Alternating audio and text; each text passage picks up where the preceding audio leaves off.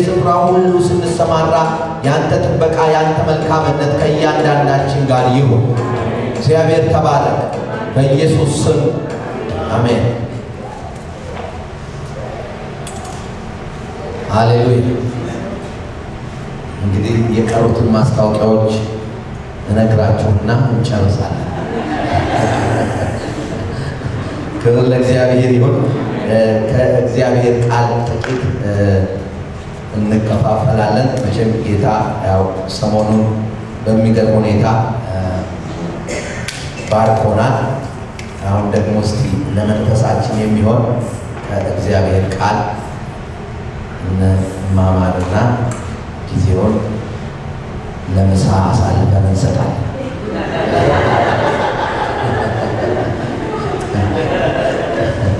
እግዚአብሔር ይመስገን። እስቲ አጠር ያለች ሐሳብ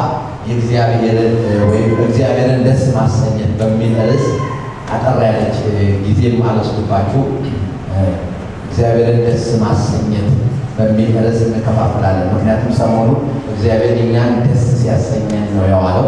እስቲ አሁን ደግሞ ከዚህ በኋላ እሱ ደስ አሰኝቶናል። እስቲ ምላሹ እኛ ደግሞ ደስ እያሰኘ ነው በቀሪው ዘመናችን እግዚአብሔርን ደስ እያሰኘን እንዴት እንደምንመላለስ እግዚአብሔርን ደስ የሚያሰኝ መርሆችን እንነጋገራለን። እግዚአብሔር ይመስገን። መቼም ሁላችንም ያው እንደምናውቀው ያው እዚህ ምድር የመኖራችን አንዱ ትልቁ ዓላማ እግዚአብሔርን ደስ አሰኝተን እናልፍ ዘንድ።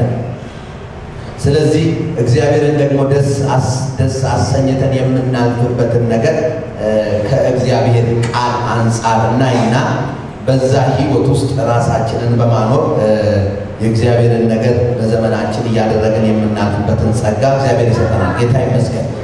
መሬት ሲሆንን ዘንድ የወሰድኩት መክብብ ምዕራፍ 2 ቁጥር 26 ላይ ያለውን ቃል ነው።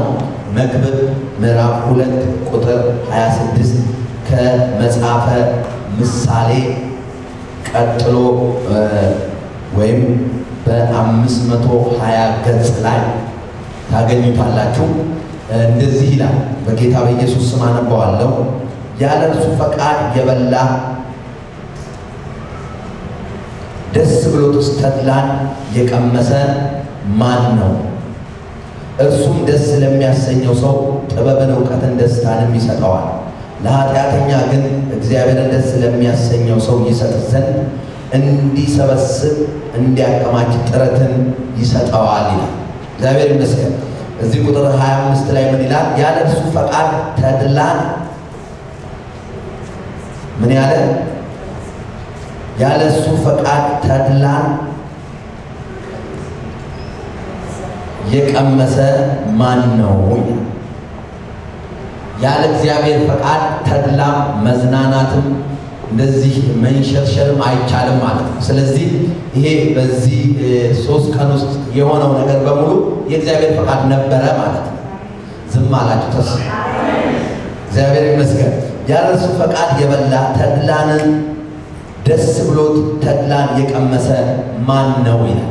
ስለዚህ በዚህ ጊዜያት ውስጥ ይሄንን ተድላ እናይ ዘንድ በደስ ብሎን እንበላ ዘንድ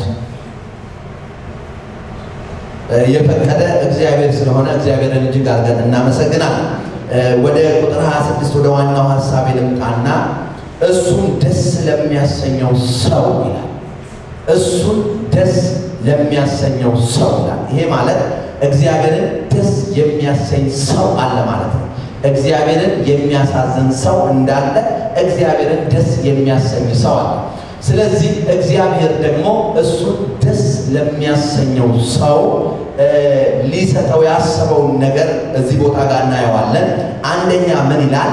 አንደኛ ጥበብን ይላል፣ ሁለተኛ ዕውቀትን ይላል፣ ሶስተኛ ተድላን ይላል፣ አራተኛው በተለይ በጣም ይገርማል። ይሄ የሀብት ሽግግር ይላል።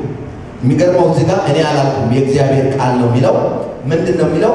እግዚአብሔርን ደስ ለሚያሰኝ ሰው ይሰጥ ዘንድ እንዲያከማች ለኃጢአተኛ ጥረትን ይሰጠዋል ይላል።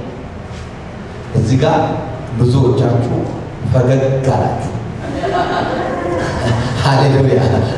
ግን ይሄ ሊሆን የሚችለው እግዚአብሔርን ደስ የሚያሰኝ ማንነት ስንላበስ ይሄ ጊዜና ይሄ ማንነት ወደኛ ፈጥኖ ይመጣል። ስለዚህ አሁን ትልቁ ትኩረት ልንሰጠው የሚያስፈልገን ነገር እኔና እናንተ እግዚአብሔርን ደስ የሚያሰኝ ሕይወት እንላበስ ዘንድ ነው። አሜን አሜን። እስቲ አጠገባችሁ ያለውን ሰው እግዚአብሔርን ደስ የሚያሰኝ ማንነት እግዚአብሔር ይስጥህ በሉት። ሃሌሉያ ክብር ለእግዚአብሔር ይሁን። እውላችሁ በዚህ መቼም በኑሮ ሂደት ውስጥ በዚህ ባለን የኑሮ ጉዞ ውስጥ እንኳን እግዚአብሔርን ደስ የሚያሰኝ ሕይወት አይደለም ሰውን ደስ የሚያሰኝ ሕይወት ሰውን ደስ የሚያሰኝ ማንነት ካላችሁ እናንተን የሚጠላ ሰው አይኖርም። ምክንያቱም አካሄዳችሁ፣ ነገራችሁ፣ አመለካከታችሁ፣ ግንዛቤያችሁ በሙሉ ሰውን ደስ ለማሰኘት የተሰጠ ማንነት ነው ያላችሁ። አንድ ወንድም ትዝ ይለኛል በጣም ለሰው ቀና መልካም የሆነ ሰው እና አንድ ወንድም በጣም ስለሱ አክብሮ ሲናገር ስለ መልካምነቱ እኔ እርግጠኛ ነኝ አለ ያንን ሰው ሰይጣን እንኳን የሚጠላው አይመስለኝም። ስለዚህ ሰው ደስ የሚያሰኝ ማንነት በራሱ እንኳን ከሰዎች ሁሉ ጋር በሰላም እንድትኖሩ ያደርጋቸዋል። ያለ ስጋት እንድትኖሩ ያደርጋቸዋል። ማንነታችሁ ሰውን የማያስከፋ ሰውን የማያበሳጭ ማንነት ነው። አሁን እዚህ ጋር ግን እየተናገረ ያለው እግዚአብሔርን ደስ የሚያሰኝ ማንነትማ እንዴት! ስለዚህ እግዚአብሔር ለእንደዚህ አይነት ማንነት ላለው ሰው ከሱ ዘንድ የሆነ ሀብትን እዚህ ጋር ሲሰራውናል። አንደኛ እግዚአብሔር ምን ያደርገዋል አለ? ጥበብን ይሰጠዋል። ሁለተኛ እውቀትን ይሰጠዋል። ሶስተኛ ደስታን ይሰጠዋል። አራተኛ ያውም እኮ እሱ አይደለም የሚያልበው ያልበውና ጥሮ ግሮ ይሰራ ዘንድ ለኃጢአተኛ ጥረትን ይሰጠውና ለዚህ እግዚአብሔርን ደስ ለሚያሰኘው ሰው ይሰጥ ዘንዳል። አሰጣጡ እንዴት እንደሆነ አላውቅም፣ ግን ዘማላችሁ በጥቅሉ ይሰጠዋል። እንዴት እንደሆነ አሰጣጡ አይታወቅም፣ ግን ምን ይለዋል? እስቲ እናንተ እንደሆናችሁ አለ። ሃሌሉያ። ግን ከዚህ የሚቀድመው ትልቁ ትኩረት የምናደርግበት ነገር ምንድነው? የኛ ማንነት እግዚአብሔርን ደስ የሚያሰኝ ማንነት መሆን አለበት። ይሄ ከሆነ እግዚአብሔር ይሄን ይሰጣል። ምክንያቱም መጽሐፍ ቅዱስ ሲናገር እግዚአብሔር ጥበብን ለጠቢባን ይላል፣ እውቀትንም ለአዋቂዎች ይሰጣል። እግዚአብሔር ነው ሰጪ፣ ስሙ ይባላል። እግዚአብሔር ግን የሚሰጠው አሁን መልካም ማንነት ያላቸውና እግዚአብሔርን ደስ የሚያሰኝ ማንነት ለተላበሱ ሰዎች እግዚአብሔር ከላይ ከአርያም የሚሰጣቸው የመጀመሪያው ጥበብ ነው ይላል። ይሄ ጥበብ የሚባለው ነገር ታውቃላችሁ፣ እንደ ጥበብ ያለ ትልቅ ሀብት ምን አለ? መጽሐፍ ቅዱስ በብርና በወርቅ ከመነገድ ይልቅ ይላል የምሳሌ ጻፊ በጥበብ መነገድ በጣም ያተርፋል። ስለዚህ ጥበብ ለንግድም ታዋጣለች ማለት ነው። ጥበብ እጅግ የከበረች ነች ይላል። ስለዚህ ጥበብ ከዚህ ዓለም ልጆች ሸሽታለች ይላል፣ ተሰውራለች እና ሞትና ሲኦልም እንዲሁ ዝናዋን ሰምተናል ልናገኛት አልቻልንም አሉ ይላል። ስለዚህ ጥበብ ከእግዚአብሔር ዘንድ የምትሰጥ በእግዚአብሔር ዘንድ ያለች እግዚአብሔርን ደስ ለሚያሰኙ ሰዎች የምትሰጥ ሰማያዊ ሀብት ነች። እችን ጥበብ ለመጋራት ከፈለጋችሁ ምንም አማራጭ የለም። እግዚአብሔርን ደስ የሚያሰኝ ሕይወት አሁን መለማመድ አለባችሁ። አሜን ነው። ክብር ለእግዚአብሔር ይሁን። ታውቃላችሁ ጥበብ የሩቁን ባጭሩ የሚያቀርብ ኃይል ነው። ጥበብ ካላችሁ ብዙ አደገ። ጠቢብ ሰው ታውቃላችሁ መጽሐፍ ቅዱስ ሲናገር ስለ ሰነፍ ሰው ሲናገር ነው። ሰነፍ ጥበብን ስለማያውቅ እንዴት አድርጎ ወደ ከተማ ሄዶ ምሳርን ማሳል እንዳለበት አያውቅም ይላል። ስለዚህ እዛው ባለበት የገጠር ከተማ ባልተሳለ ምሳር በድሮ አማርኛ ማለት ወይም አሁን በዘመናዊኛው በተሳለ ሾተል በላችሁ። ስለዚህ ባልተሳለ ዱልዱም በሆነ ነገር እዛው ያንን ዛፍ ሲመታ ነው የሚለው። ዱልዱም በሆነ ነገር ዛፍ ስትመጡ እድሜያችሁን በሙሉ ስትገዘግዙ ትኖራላችሁ እንጂ ዛፉን አትጥሉት። ጠቢብ ግን ከሆነ አለ ወደ ከተማ ይሄድና ምሳሩን ምን ያደርገዋል? ያስለውና ወደ አለበት ስፍራ መጥቶ እፊቱ የቆመውን ያንን ዛፍ እንዴት ወከክ አድርጎ እንደሚጥለው አታውቁም ጠቢብ። ስለዚህ በፊት የቆመ ዛፍ የመሰለ ነገር እንግዲህ ወከክ ብሎ የሚጣለው በጥበብ በተሳለ ሃሌሉያ የእግዚአብሔር ቃል ጥበብ ነው ማለት ነው። ክብር ለእግዚአብሔር ይሁን። ስለዚህ አያውቅም ይላል። እንግዲህ ነገሮች እንዴት ሆነው እንደሚቀነባበሩና የህይወትን መንገድ እንዴት አድርገን በእግዚአብሔር ኃይል ተጠቅመን በአጭሩ መጠቀም የምንችልበትን ጉልበት የምናገኘው በጥበብ ነው። ስለዚህ ይሄ ጥበብ ደግሞ እግዚአብሔርን ደስ የሚያሰኝ ማንነት ያላቸው ሰዎች ወዲያው ከአርያም እግዚአብሔር ይሰጣቸዋል። ልክ እንደናንተ በኢየሱስ ስም ይስጣችሁ። ክብር ለእግዚአብሔር ይሁን። ሁለተኛ ዕውቀትን ይሰጠዋል ይላል። ይሄ የማወቅ መንፈስን እግዚአብሔር ይሰጠዋል ይላል። ክብር ለእግዚአብሔር ይሁን። ከሰዓት አኳያ ፈጠን ብዬ በሶስተኛ ደረጃ ደስታን ይሰጠዋል። የደስታ መንፈስን እግዚአብሔር ይሰጣል ይላል። ወገኖቼ ይሄ ደስታ የሚባለው ነገር አሁን እንደምናውቀው ወይም ደግሞ በዚህ እንደሆነልን ብቻ አይደለም፣ ከዚህም ያለፈ ነው። መጽሐፍ ቅዱስ የደስታ መንፈስ ነው። የእግዚአብሔር መንፈስ ደስ የሚያሰኝ መንፈስ ነው። ደስታ በሁኔታዎች የተገደበ አይደለም፣ ከእግዚአብሔር የሆነ ነገር። ስለዚህ እግዚአብሔር በሚሰጠን ነገር ነው ምን የምንለው የምንደሰተው። ይሄ የደስታ መንፈስ ደግሞ መቼ ነው የሚመጣው? እግዚአብሔር ደስ የሚያሰኝ ማንነት ሲኖረን እግዚአብሔር ይሄንን የደስታ መንፈስ ይሰጠናል። አሜን። ሐዋርያው ጳውሎስ በዚህ በፊልጵስዩስ 4:4 ላይ በእስር ቤት ሆኖ በተለያየ መከራ ውስጥ ሆኖ የደስታ መንፈስ እሱ ላይ ስለነበረ ደግሜ እላለሁ በጌታ ምን ይበላችሁ። አሁንም ደግሜ እላለሁ በጌታ ምን ይበላችሁ። አሁንም ደግሜ ደጋግሜ እላለሁ በጌታ ምን ይበላችሁ። ይኸውላችሁ ይሄ መንፈስ ከሌላችሁ ዙሪያችሁ በብዙ ነገር እንኳን ታጅቦ ደስ ላይላችሁ ይችላል። እንዲሁ ከምድር ተነስቶ የሚያበሳጫችሁ ነገር አለ። ማንም ሳይነካችሁ ብቻችሁን አኩራፍ ሆናችሁ የምትቀመጡበት ሰዓት በቃ ነገር የሚላችሁ ሰዓት እናንተን አይደለም። ግን ይህ የደስታ መንፈስ ወደ እናንተ ሲመጣ ምንም ነገር የለም፣ ደስ ይላል። ደመናም የለም፣ ነፋስም የለም፣ እንዲሁ ብቻ ደስ ይላል። በእስር ቤት ሆኖ በምን ውስጥ ሆኖ በምን መከራ ውስጥ ሆኖ ደስ ይላቸዋል። በቃ ይሄ የደስታ ይሄ ማን ነው የሚሰጠው ይላል? እግዚአብሔር ነው የሚሰጠው። ይሄን ግን ለማድረግ ምን መሆን አለበት? መልካም ማን እግዚአብሔርን ደስ የሚያሰኝ ማንነት ሲኖራችሁ ነገር አለቀ ማለት ነው። እግዚአብሔር ይመስገን። ስለዚህ እግዚአብሔር ከማናቸው የሐዘን መንፈስ፣ ተስፋ የመቁረጥ መንፈስ፣ ግራ የመጋባት መንፈስ፣ በቃ ምንም ነገር ሳይጎላችሁ ብስጭት የሚያረጋችሁ ዲስኬሬት ከሚያረጋችሁ ነገር መንጭቆ የሚያስወጣችሁ የደስታ መንፈስ። ይሄ ደግሞ እግዚአብሔርን ደስ የሚያሰኝ ሕይወት ስትኖሩ እግዚአብሔር የሚሰጣችሁ ነው። ክብር ለእግዚአብሔር። ሌላው አራተኛ የሚናገረው ምንድነው? ይሄ በዘመን ፍጻሜ በዚህ በኢሳይያስ 61:6 ላይ ሲናገር ምን ይላል? እነሆ የማታውቋቸው ሕዝቦች ከሩቅ አገር መጥተው ከብቶቻችሁን፣ በጎቻችሁን፣ ወይኖቻችሁን ይጠብቃሉ ይላል። ስለዚህ ትበላላችሁ ይላል። ይሄ በዚህ በተለይ በዘመን ፍጻሜ በቤተ ክርስቲያን ባሉ ትውልዶች የሚሆን የሀብት ሽግግር አለ። ብዙ ሳትጨናነቁ፣ ብዙ ሳያልባችሁ፣ ብዙ ነገር ስትናገር ሳታደርጉ በእግዚአብሔር ችሎታ እግዚአብሔር የጥበብ ዓይኖቻችሁን ከፍቶ ሀብትን እንዴት ማከማቸት እንዳለባችሁ እነ ዮሴፍን ታውቃላችሁ። እንዴት አድርጎ እግዚአብሔር ያን ጥበብ ስለሰጠው በዛ የተድላ ዘመን ውስጥ ሰብስቦ በዛ 7 የመከራ ዘመን ውስጥ ጭራሽ ለሌሎች ይሰፍር እንደነበር ይሄን የሚሰጥ እግዚአብሔር። ስለዚህ እግዚአብሔርን ደስ የሚያሰኝ ሕይወት ሲኖራችሁ ዛሬ ይጀምራል። እንዴት አድርጋችሁ ሀብት እንደምታከማችሁ። ሀብት ስል ትንሽ እንቅልፍ እንደከም ያደርጋችሁ ጆሮአችሁ ይነቃ። ሃሌሉያ። ምክንያቱም ሀብት መልካም። አሜን። እግዚአብሔር ባለ ሀብት ያርጋችሁ።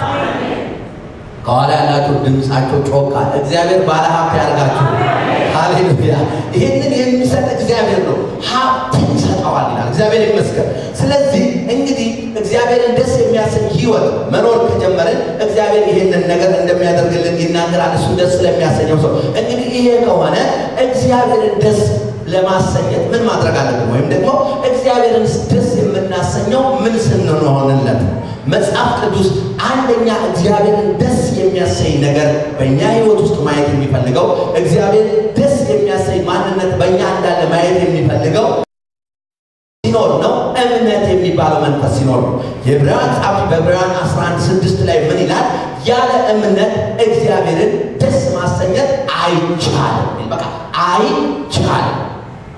እስኪ አይቻልም ብሎ በቃ እግዚአብሔርን አንድ ሰው ደስ የሚያሰኝ ሕይወትና እነዚህን አራት ነገሮች ከመለኮት ዓለም መቀበል ከፈለገ በሱ ሕይወት እንዲሆን የሚያስፈልገው አንዱ እግዚአብሔርን ደስ የሚያሰኝ ማንነት ምንድነው ይላል? እምነት ነው ይላል። ልብ በሉ፣ ያለ እምነት እግዚአብሔርን ደስ ማሰኘት አይቻልም ይላል። እዚህ ቦታ ጋር የተጠቀሰው የእምነት ሰው ሄኖክ የሚባለው ሰው ነው። ሄኖክ ከጥበብ ከእውቀት ከደስታ ከሀብት አልፎ ይኖር በነበረበት ዘመን በእምነት እግዚአብሔርን ደስ ስላሰኘ እግዚአብሔር ወሰደው፣ አልተገኘም። እኔ በጣም የምፈራው ይሄ እግዚአብሔርን ደስ የሚያሰኝ ሕይወት አብዝቶ ከበዛባችሁ ላንገናኝ እንችላለን። ሃሌሉያ! እና በዚህ በምድር ላይ ስትኖሩ በጣም ጠቃሚ ሀብት በእውነት ዛሬ ሰዎች የተለያየ የኑሮን ነገር ኑሮን ለመግፋት የሚጠቀሙት ምድራዊ የሆነ ነገር ብዙ ፈቃይ ብዙዎች አድርገውታል። አዲስ አይደለም። በጣም ብስልና ጠንካራ ነገር ምንድነው ብትሉ ይሄ መለኮታዊ ማንነት ይሄ መንፈሳዊ ሀብትን ብንጠቀመው ሃሌሉያ! ቢኒ እንዳለው የዛሬ ዓመት ያው ለመታየት ስለምንፈልግ ሁላችንም ከሄድን እዚህ ሰዎቹ ምንድሩ ይከስራልና ነው እንጂ ይሄ ትምህርት በደንብ ቢገባባችሁ እንደ ሄኖክ መወሰዳችሁ አይቀርም። ሃሌሉያ! ክብር ለእግዚአብሔር ይሁን። ስለዚህ ሄኖክ በኖረበት ዘመን እግዚአብሔርን ደስ የሚያሰኝ የህይወት ምልልስ ነበር። ሕይወቱ እግዚአብሔርን ደስ በማሰኘት ላይ የተመሰረተ ነው። ራሱን ደስ አሰኝም ነገሮችን አይደለም ደስ የሚያሰኝ እግዚአብሔርን ደስ ስለሚያሰኝ በጣም የሚገርማችሁ እግዚአብሔር ወሰደው ይላል። እኔ ወዴት እንደወሰደው አላውቅም። ብቻ ግን በጥቅሉ ምን አደረገው? አልተገኘም። ሃሌሉያ! እግዚአብሔርን ደስ የሚያሰኝ ስብዕና የተላበሱ ሰዎችን ሰይጣን አገኛቸው። ክፉ ሰዎች አገኛቸው። ችግር አገኛቸው። ነገሮች ሰዎችን የሚያስለቅሱ የሚያንከራትቱ ነገሮች ከነዛ ነገሮች እግዚአብሔር ይወስዳቸዋል። ወደ ተሻለ ክብር ይወስዳቸዋል። ወደ ተሻለ ሞገስ ይወስዳቸዋል። ወደ ክብር ይወስዳቸዋል። ወደ ብልጽግና ይወስዳቸዋል። እስቲ እንደተወሰደ ያመነ ሰው አሜን ይበል። ሃሌሉያ! ክብር ለእግዚአብሔር። እግዚአብሔርን ደስ የሚያሰኘው በጣም ይገርማቸዋል። እንግዲህ እምነት ከሆነ እግዚአብሔርን ደስ የሚያሰኝ ትልቁ የህይወታችን ቁልፍ ነገር እግዚአብሔርን ደስ ማሰኘት ሆነ። እግዚአብሔርን ደስ ደግሞ የምናሰኘው በእምነት ከሆነ መጽሐፍ ቅዱስ በጣም ይገርማቸዋል። ይሄ በተለይ አለማመን የሚለው ኃይል እንዴት ክፉ እንደሆነ እግዚአብሔር አለማመንን እሱ ከአለማመን ጠንቅ በኢየሱስም ነፃ ያወጣል። የኤርምያስ በ15ኛው ምዕራፍ ቁጥር 5 ላይ ሲናገር በተለይ አለማመን በጣም ይገርመኛል። እግዚአብሔር እንዲህ ይላል በሰው የሚታመን ስጋ ለባሹ ክንዱ የሚያደርግ ልቡንም ከእግዚአብሔር የሚመልስ ሰው። ቀድም ያ እግዚአብሔርን ደስ የሚያሰኘው ሰው እነዚህ በረከቶች እንደመጡለት ይሄ ደግሞ ልብ በሉ በሰው የሚታመን ስጋ ለባሹ ክንዱ የሚያደርግ ልቡን ከእግዚአብሔር የሚመልስ ሰው አንደኛ እርጉም ይሁን። ስለዚህ ሰው ተሰብስባችሁ ስለረገማችሁት አይደለም የሚረገመው። አለማመኑ ራሱ እርግማን ውስጥ ያለው እናንተን አይደለም ማጆፋ ሀበ። ስለዚህ አለማመን እግዚአብሔርን አለማመን በእግዚአብሔር አለማመን በጌታ በኢየሱስ ክርስቶስ አለማመን እሱ ራሱ አንድ እርግማን። ከዛ ይቀጥልና እርጉም ይሁን ካለ በኋላ ምን ይላል? በምድረ በዳ እንዳለ ቁጥቋጦ ይሆናል። ይሄም አድርስ በምድረ በዳ እንዳለ ቁጥቋጦ ምን አለ? በምድረ በዳ እንዳለ ወይ ነው ሌላ ከቁጥቋጦ የተሻለ ቁጥቋጦ ይሆናል። ከዛ ደግሞ ቀጥለና ምን አለ? ጨዋማ በሆነው ሰው በማይኖርበት ምድር ላይ ይኖራል። ከዛ ሶስተኛ ደግሞ ቀጥሎ ምን ይላል? መልካም ነገር ሲመጣ አያይም። እንዴት ነው የተፈረደበት? ስለዚህ ልብ በሉ ይሄ ስጋ ለባሹ ክንዱ የሚያደርግ በሰው የሚታመን ልቡን ከእግዚአብሔር የሚመልሰው እርጉም ይሁን። እግዚአብሔር በጌታ በኢየሱስ ክርስቶስ አለማመንን ከትውልድና ከቤተ ክርስቲያን ይስበል። እስኪ በእግዚአብሔር እናምናለን በሉ። እስኪ በጌታ ኢየሱስ እናምናለን በሉ። እስኪ ልብ በሉ ዛሬ ጌታ ኢየሱስ ክርስቶስን አምናችሁ መቀበላችሁና በእግዚአብሔር ላይ እምነት መኖሩ ለእናንተ እግዚአብሔርን እንድታምኑ አቅም መኖሩና ይሄ ማመናችሁ በራሱ ክብር ከርግማን አውጥቷችሁ። ክብር ለእግዚአብሔር።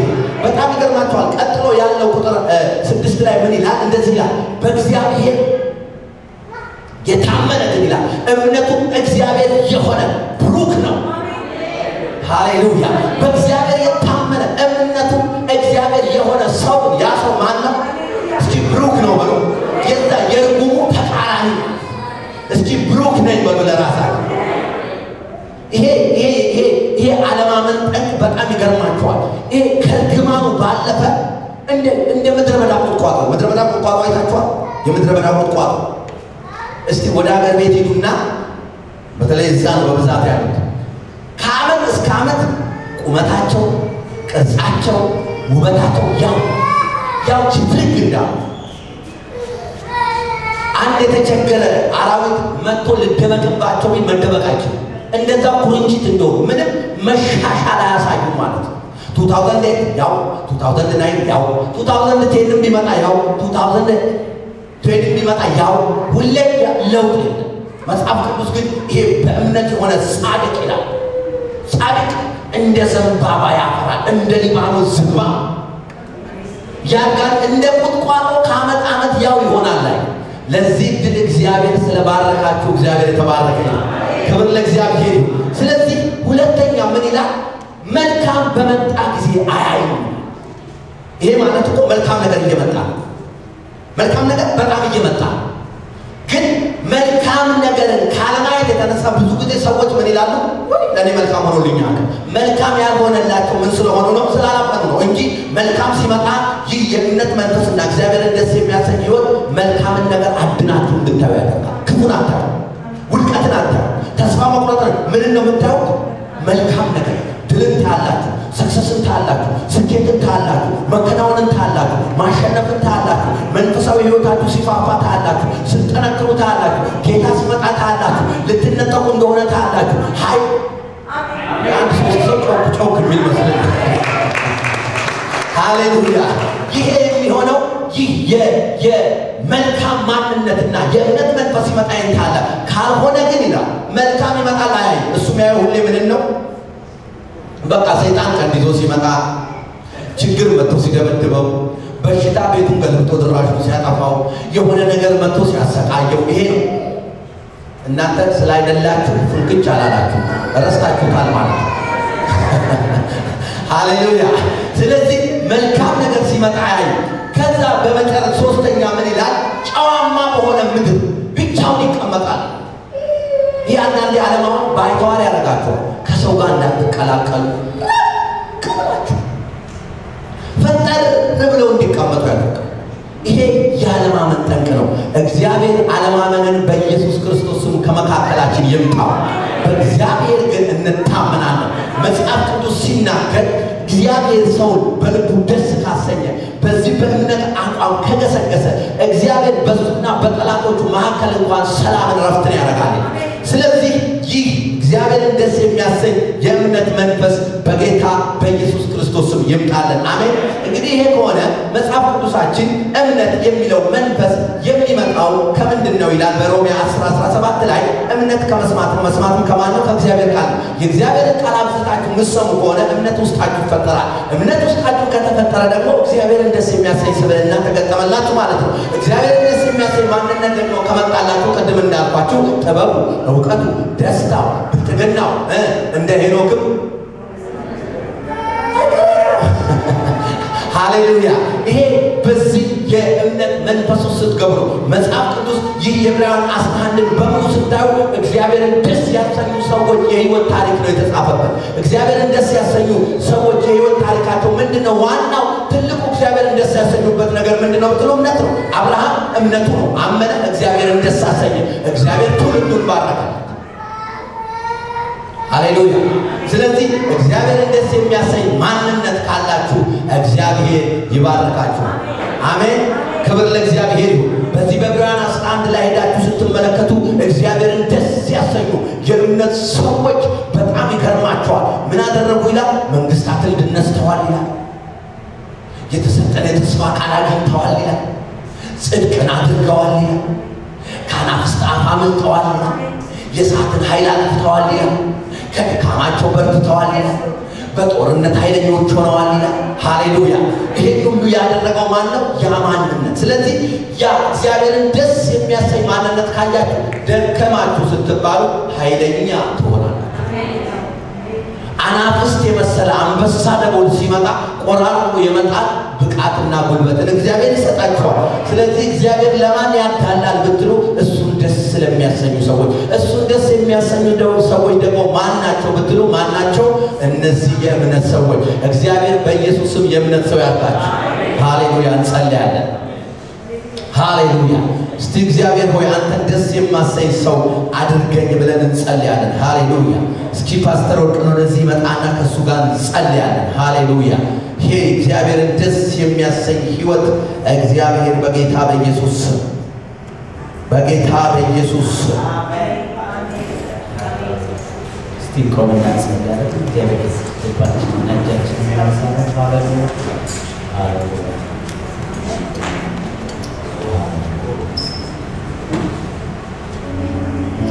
እኔ ፈርለዋለሁ በልጅ ለቃሉ ምላሽ ሰጥተን እንሄዳለን። እግዚአብሔር ሃሌሉያ!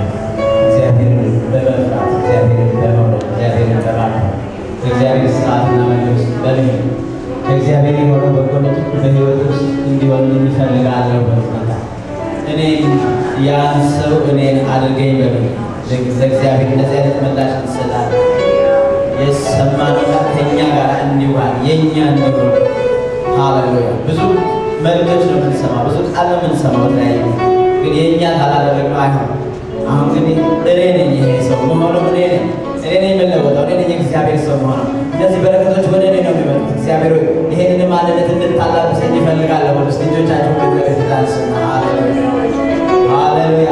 ለሚያምን ሁሉ ይቻላል ነው የሚለው እግዚአብሔር። ይቻላል ይሆናል።